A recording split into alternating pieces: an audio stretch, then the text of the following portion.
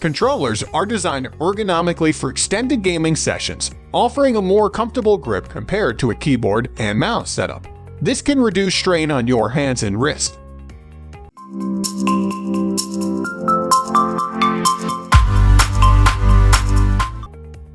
Number 1. We have Xbox Elite Series 2 Wireless Gaming Controller. The enthusiasts opined about this product inch. The good.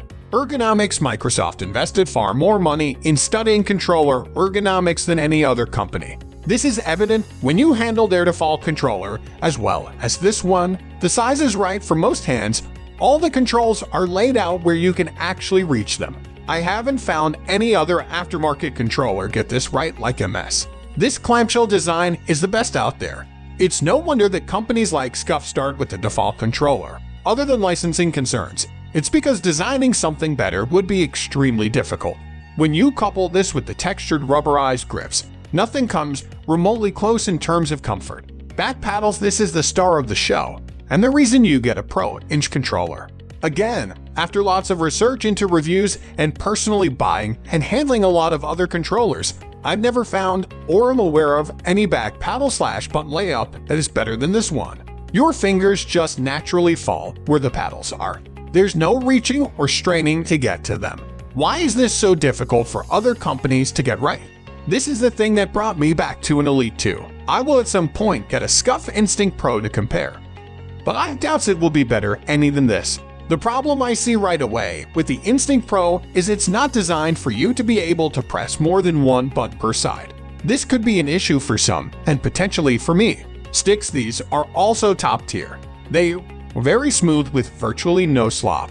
The only other ones I felt that were as good or better was the Thrustmaster eSwap, which uses highly touted NXG sticks. The fact that the tension is adjustable also takes this to the next level. Whether they hold up over time will be telling, but I never had that issue on the last Elite 2s I've had. Triggers. Again, top tier, smoothly action, nicely textured finish, and with 3 stops, you're lucky to get 1 stop with most other controllers. I really like the throw of the trigger at the shortest throw. I suspect the SCUF Instinct Pro will be better, so I can't wait to try it. I can't think of another competitor that will come close in this regard. Number 2. Turtle Beach Stealth Ultra High Performance Wireless. The enthusiast opined about this product inch. Hall effect sticks are significantly better than anything you have used before. The Stealth Ultra is noticeably lighter, but it doesn't feel like it's cheap or flimsy. It still has a solid and hand feel to me, so lighter is better in my opinion. This controller charges fast. I know people are hung up on the fact that you need to turn the lights down to get a good battery life out of it, but if you need RGB in your face at all time, just put the controller on the charge pad for 5 min, and just like that you have an hour or so to play.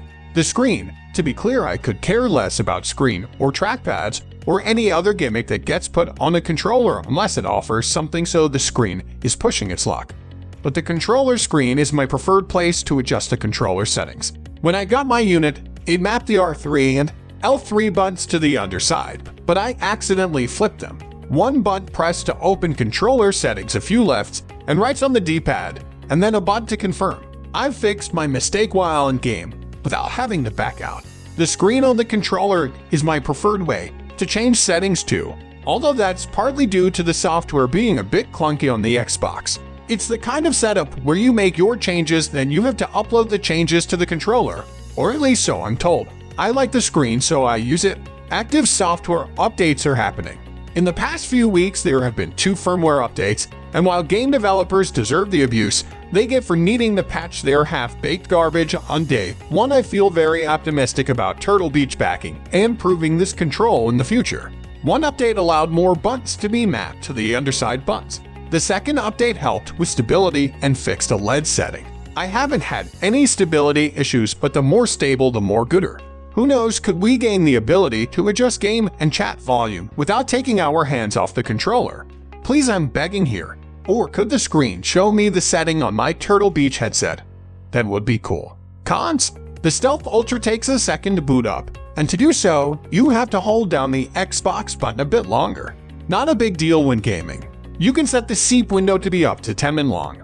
But when you are streaming and you want to skip to the new episode or stop the skip to watch a after credits scene, you will be racing the countdown clock to wake up your controller. Vibration on the Stealth Ultra is just okay. At full force, I would say it's 7 out of 10, but at lower pulses it's pretty bad. Most likely something that was sacrificed to lower cost, and weight was a rumble. For me it's good enough, but I would still buy this controller with no vibration. The sticks are that much better. The placement of the view button, I call it the select button, is in a tough spot. You have to reach over the top of the left joystick, and it takes some significant getting used to. I bet it will be worse for those of you who like tall sticks. You can't map the view button elsewhere, so no luck there. As soon as your controller starts charging on its included charging stand, it disconnects from the Xbox and will need to be turned back on slow boot up and all. It's more annoying than it sounds, but pretty minor overall.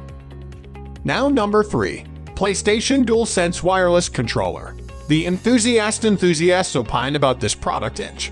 I've had the controller for my PC for about 5-6 months now. While I can definitely say I love it, there are 2 drawbacks. One, game support for the DualSense features are limited. Call of Duty Black Ops Cold War, for example, only supports the adaptive triggers. It does not support the haptic feedback vibrations. Other games have full support, such as Far Cry 6, amazing game BTW, definitely recommend. But not every new game supports it.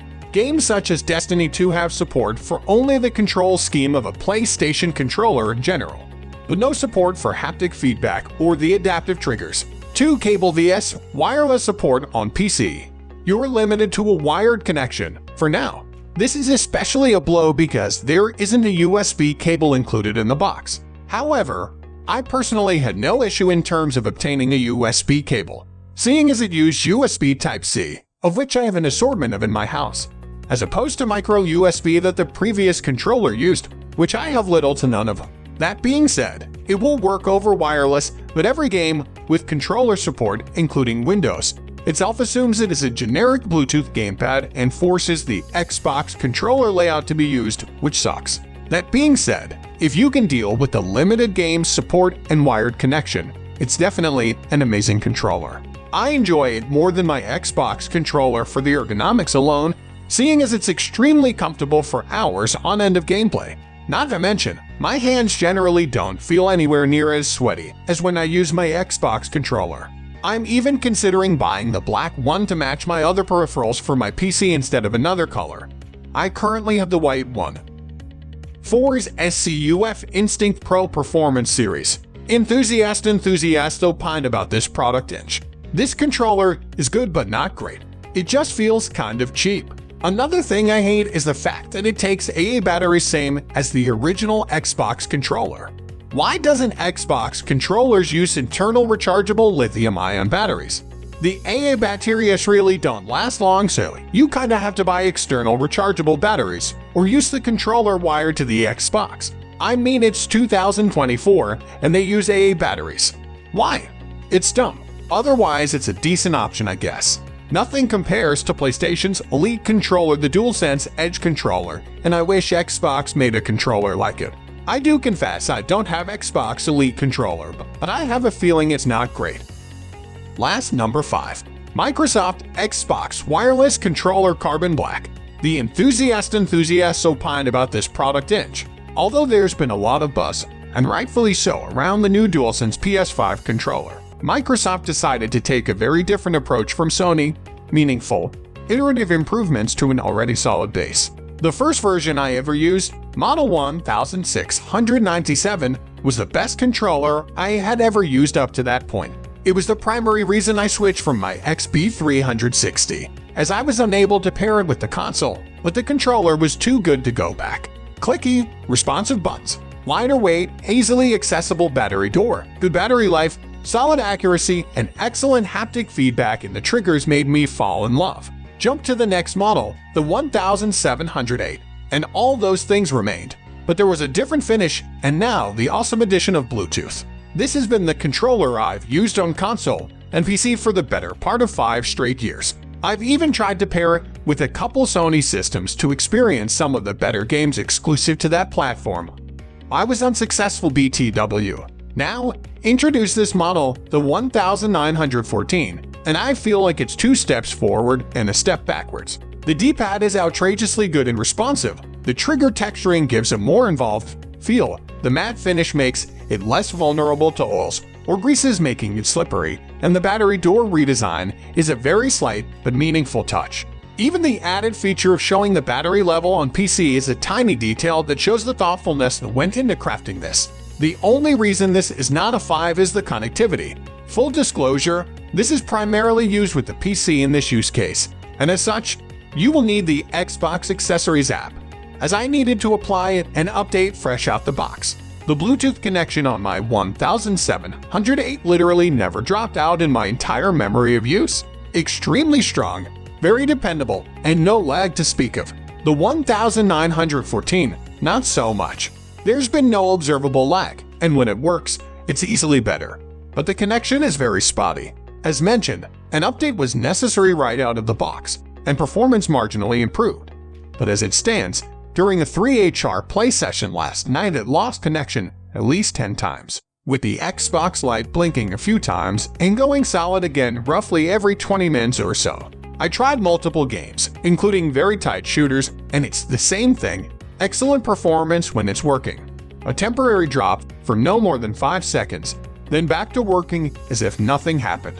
I've already gone the driver route of making sure everything is updated correctly, but this seems to be more 1914 problem, as the 1708 has never had this problem with a console or 3 different PC with 3 different Bluetooth adapters. Funny though, a wireless adapter is available and is touted as the primary way to connect without a USB cable. The USB cable does work flawlessly BTW. Of course, there's a fee for this adapter, which makes me feel like this is the classic creative problem, sell the solution sort of scenario, which has soured my experience greatly here. This is a relatively new device, having only been on the market for a little over a month at the time of this writing, so it's definitely possible for this issue to be resolved, but there is currently no discount for this unit, so you're being asked the complete price for an incomplete experience for the time being. Once this issue is resolved, I will absolutely change this to a 5. But right now, with the drops, it's a mediocre purchase at best, with the 1708 currently being a better option and at a lesser price. Best of luck.